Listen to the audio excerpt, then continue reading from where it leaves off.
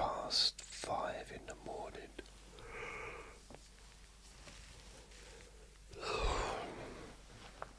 I just got out of bed. I really had the weirdest bunch of dreams.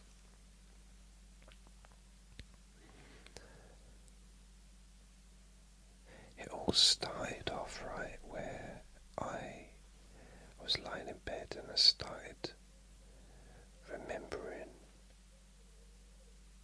a dream from years ago. It was like a specific, I don't know how to explain it,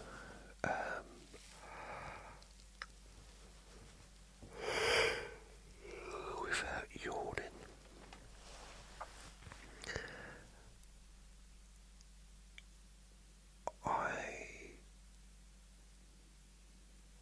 It was just, I have these dream sequences, these places that I visit in my dreams, and this just happened to be a place that I haven't visited for some while, and I started thinking about it, and I started wondering why.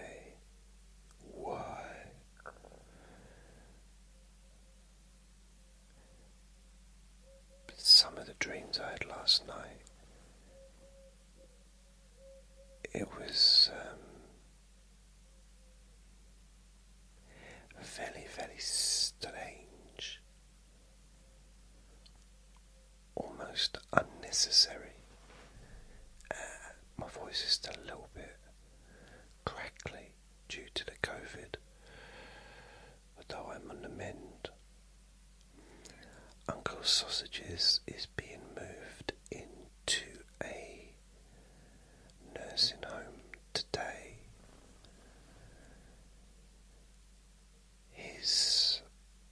The latest is he's just asleep all the time, pretty much. So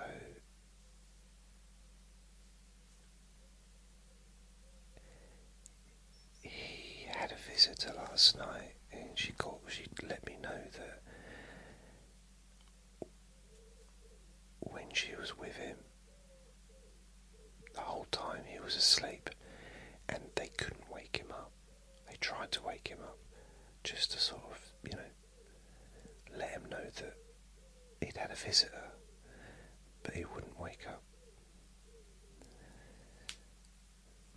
So this is where he's at now. Now, the weird thing about it is last time I saw him, he was wide awake. Apart from, no, he was asleep. I know, but outside of that, like I saw him on the Monday last week, and the first thing he did is start moaning about some conspiracy or other that he's been going through. And then we started having a laugh, and he started talking about other stuff, and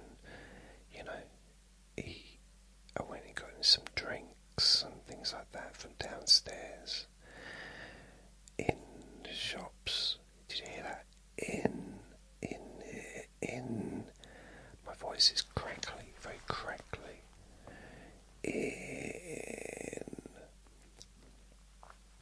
There's not a lot I can do about it. Yeah, so he was kind of okay. Groggy, slow, but still, verbally able to talk and communicate. When I went on a Wednesday, he was asleep, and because I felt so ill, I just went home straight away. I took that as an opportunity to escape, which I'm glad I did, because at the time I did not know that I had COVID. The last thing in the world I thought about. And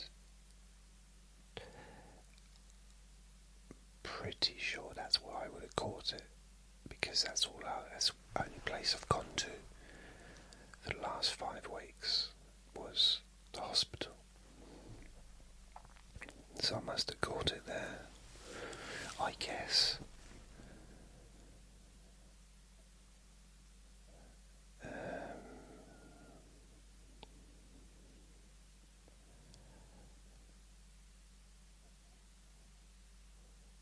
Yeah.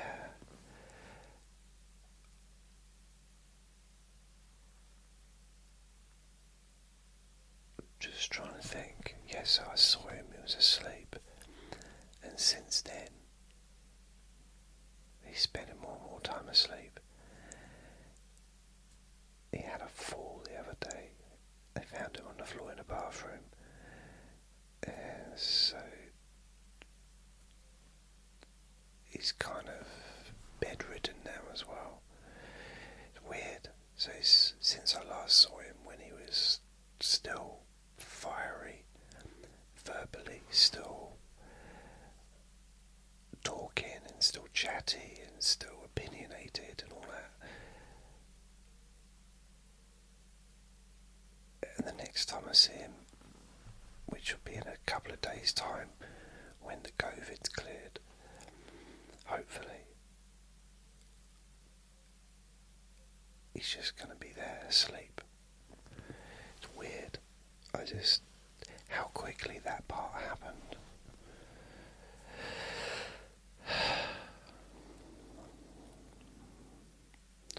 I started clearing out some of his stuff from the flat, and it's really weird because I was asked if I'd sort of look through some stuff to try and find something, his birth certificate.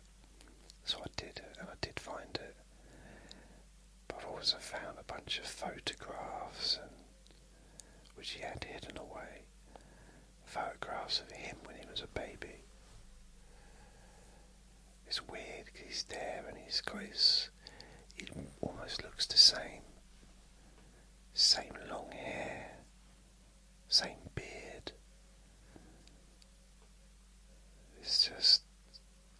It just looks the same.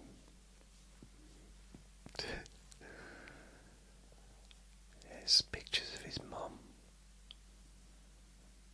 You know, to me, this is sacred stuff. This is personal stuff. But I don't think anyone's going to want it because he's got no one, no family.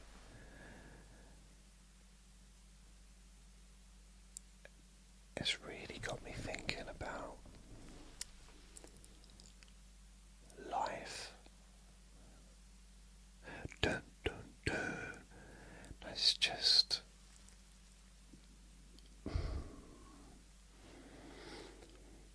the idea that one day someone's going to be walking, they'll be up here looking through my stuff and just chucking it into bags. Rubbish, that's rubbish, that's rubbish, and just chucking it into bags. And I'll just be forgotten, like I was never here.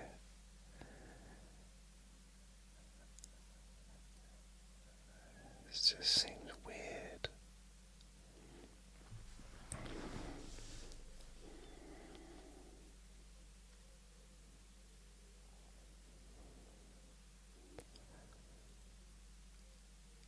So I've decided to start laying some booby traps. So when people do it, you know, a few explosions and stuff like that. No, that's funny. Wow. So it was. I started to think that there's no point holding on to stuff, belongings, things like that. What's the point in getting possessive?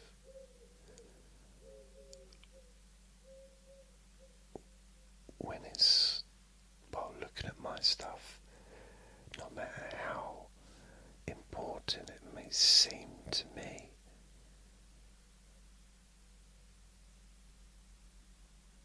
to whoever's in here, whether it's the council coming to empty my flat, it's just going to be a bunch of junk to them.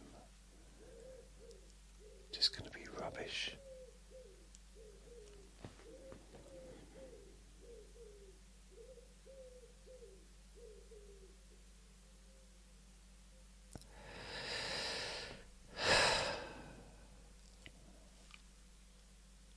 I struggle with that a little bit. Just a little bit.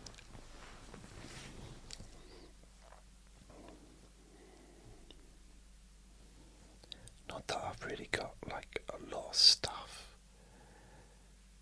because I got equipment, for the podcasting and stuff like that, and I got some books, and that's pretty much it.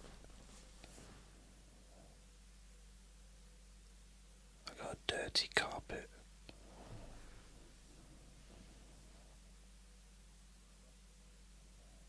There's a lot of dust in here.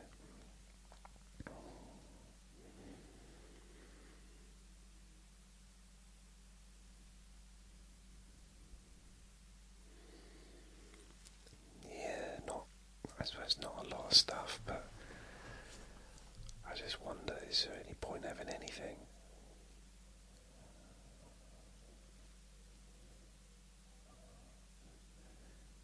I always used to love collecting things, specifically books. But at what point does collection become hoarding?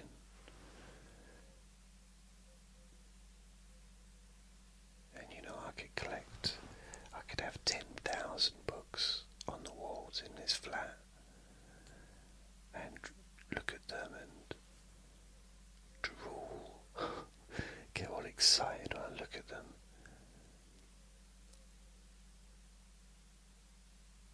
And that'll be almost priceless to me.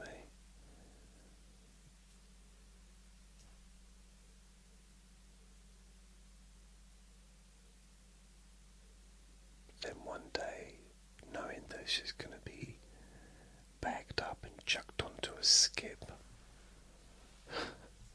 when I'm gone, that just seems sad, really sad.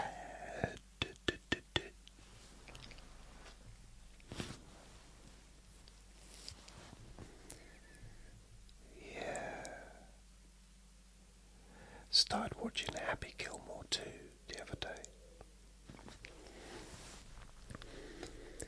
I knew it was coming out soon on Netflix, so I watched the original Happy Gilmore from 1996, I think. And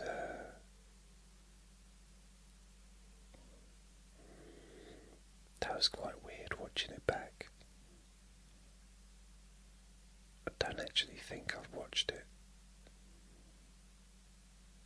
for nearly 30 years. I might have done, but I don't recall watching it before, other than the first time.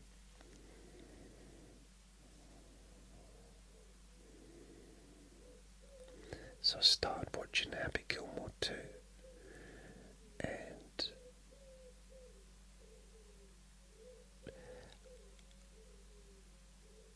I just couldn't believe that his wife, or his girlfriend and then wife, in the movies was Claire Dunphy, or Dunphy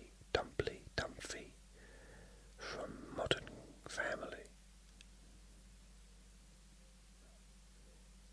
I recognised her in the second one because it looks like her. The first one looks nothing like her.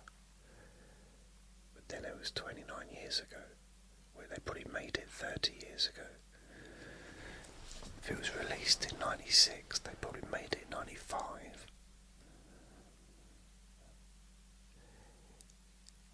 Looks so different.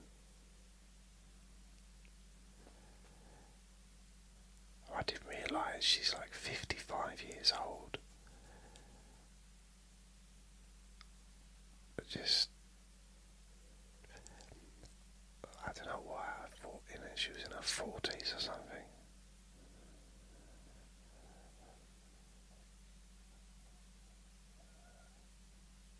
It makes me feel younger.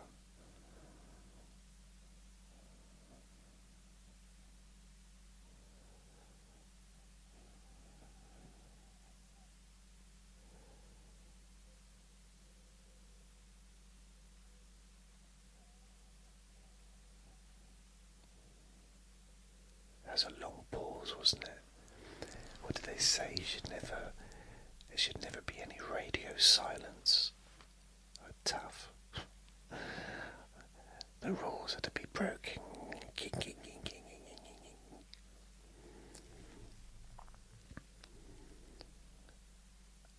It's weird because technically I kind of feel like I could possibly go out and just carry on doing what I need to do, but I do still not feel right yet. I still feel blocked up and,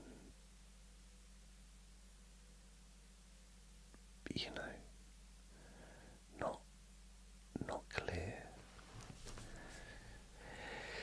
And I promised myself that I wouldn't do the last COVID test to see if I was clear until my symptoms were clear, because I don't see the point in, if I do a thing and it says yep, you're clear, and I go in and I'm sneezing over everyone or coughing over everyone, knowing that I've just come through COVID.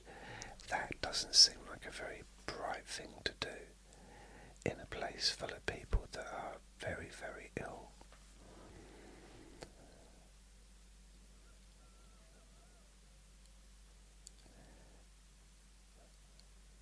Because I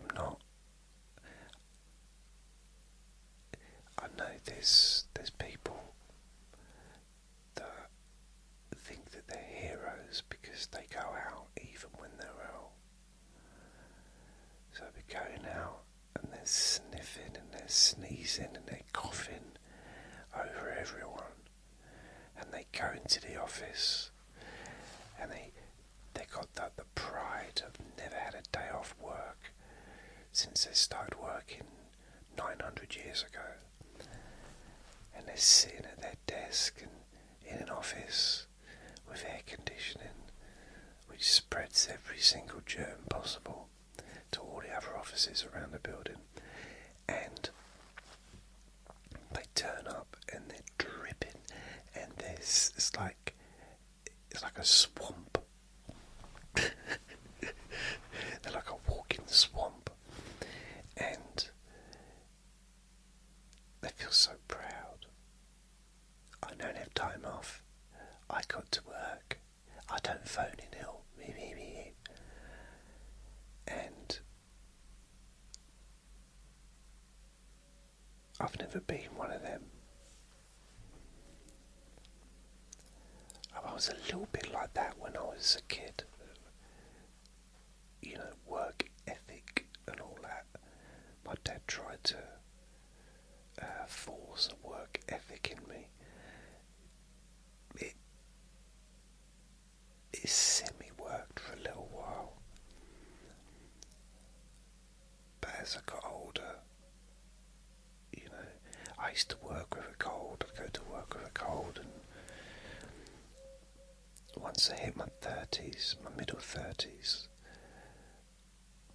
or my 30s, and it was like 35, I remember thinking to myself, stuff this.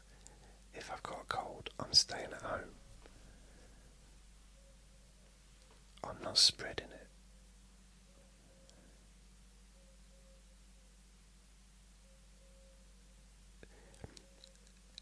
As an employer, if I was an employer, which I'm not,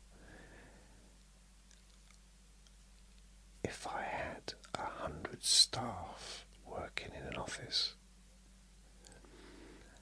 and one person comes in, swamp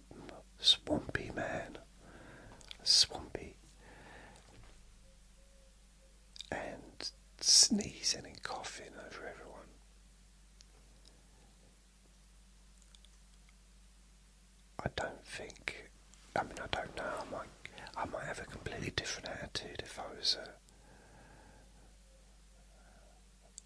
an owner of humans, but I like to think that I would send that person home.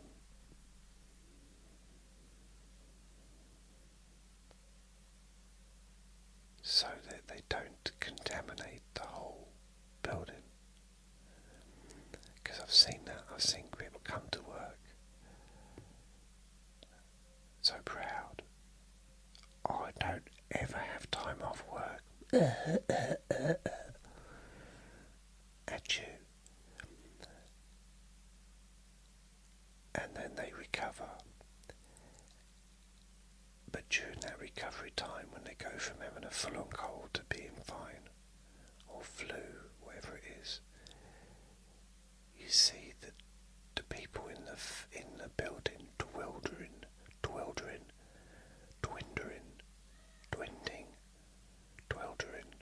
reducing, dwindling. That's it, dwindling. It doesn't sound right though. Dwindling, biddling, doodling, dwindling, dwindle, reducing anyway. People going off ill. I've seen that in the past, and suddenly you got like 10-15% of the workforce off because one person was a hero. So I decided I wasn't going to be that hero. I was going to be a different kind of hero. One that has, what's that word? That word that's not very common in the human race. That isn't used and not really respected or understood. What is it? What's that word? Oh, considerate. I'd be considerate, or at least try. Considerate. Oh my goodness. I feel all tingly all down my bum. Oh, that's nice. Considerate. Give that a go. But quite like consideration. Something that I've noticed seems to be lacking. I'm getting old and moany instead of young and moany. The amount of inconsideration is, or the lack of consideration, amazes me. Just in this building, people slamming doors. They don't have to slam a door. They must be able to hear the door slamming because it shakes the entire building, but they still do it. Why do they do it?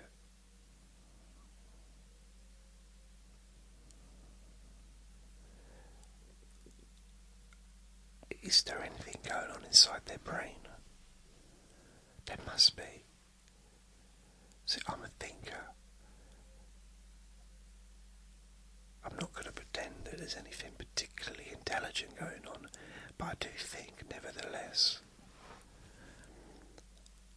And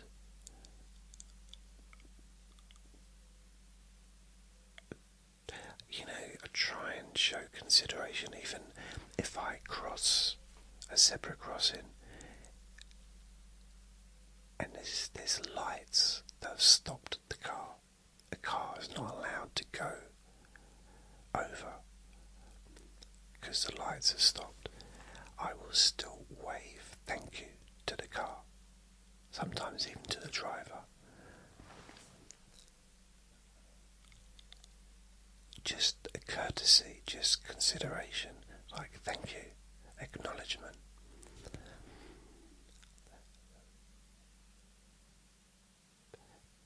But the amount of times I see when I'm on a bus travelling around, the amount of people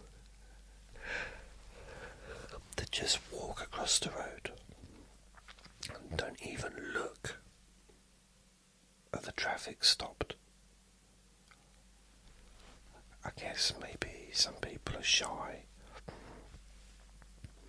but you don't have to look at the driver.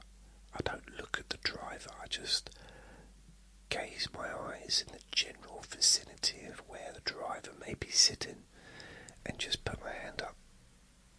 I don't actually go up to the driver, knock on their window and give them a big old kiss. It's nothing like that. It's just a quick wave, hi, thank you, acknowledgement.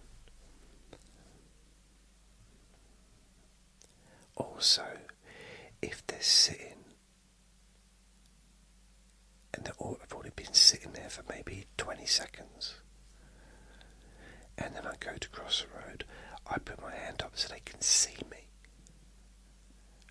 because they might be looking at their phone and then decide to drive, you know, and I don't want to be squashed. So I try and, let people know that I'm there.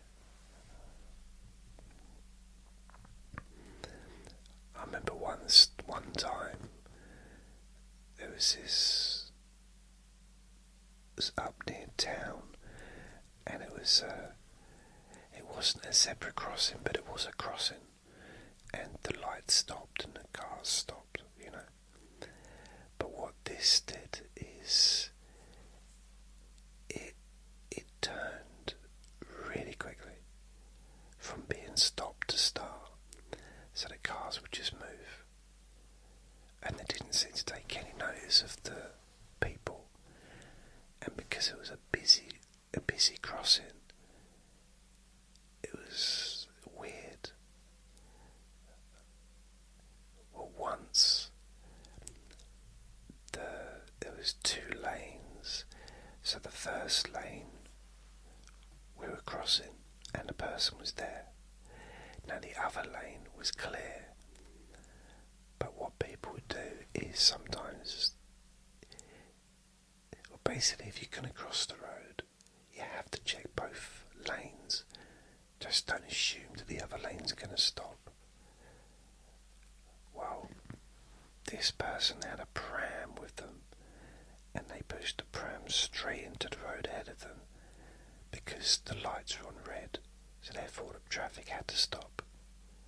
I've never seen a light stop a car before. And she pushed the pram out, and a car was speeding on the other lane. Luckily, there was no accident. She managed to pull it back in time. That's when I realised that prams are not really well suited for crossing the road, especially if there's a blind spot and you can't see. So you're better off pulling the pram backwards if you cross the road. That's the first thing I kind of learned from that. Well, the second thing is, I guaranteed you that she learned nothing from that as a human. I would bet any amount of money that I don't have that she just continued the next time she was there. If that was her regular route, she would just continue pushing the pram out like she did that time, even though it was a near miss. Bet you nothing was learned. So that's something that I struggle with a little bit. I'm not saying I learn from every situation, because I don't, but I kind of study people a little bit, and what I noticed, like in a call centre atmosphere, in a office place, if you see someone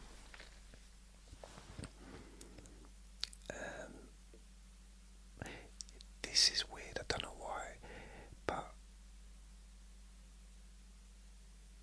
male and females seem to do 2 different things with drinks, bottles of drink. I don't know why, was years of studying, to be honest. I noticed this over a long period of time. Females seem to be more likely to have a bottle of drink with the lid left off, and males would have the lid on and just take it off when they wanted a drink. I've also noticed that over the years that if someone puts a drink, let's say they have it right on the edge of a table and it falls off onto the floor, what they do is they put the cup or the drink back at the edge of the table like it was before. Don't learn from it and put it further up so it doesn't fall off the edge.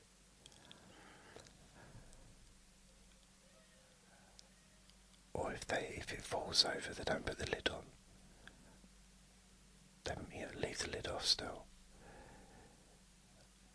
Maybe it's because it takes so much time to take a lid off.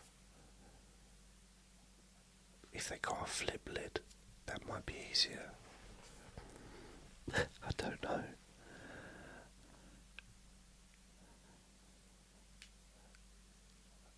I mean, the amount of things that I have not learned from probably adds up to thousands and thousands and thousands of things.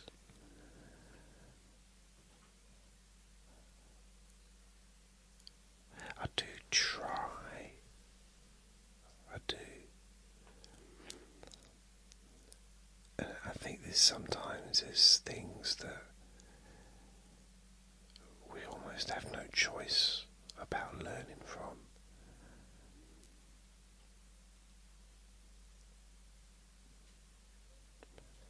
I kind of seem to be in that situation at the moment. I'm just trying to figure what it is I'm supposed to be learning.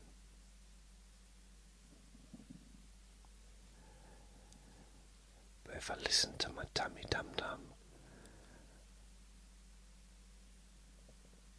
what I need to do now is go and get something to eat, because I'm hungry.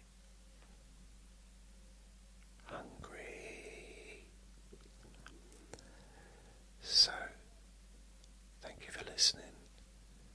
Remember to be kind to yourself, because you do deserve to be happy. Be gentle with yourself. You deserve to feel safe. Lots of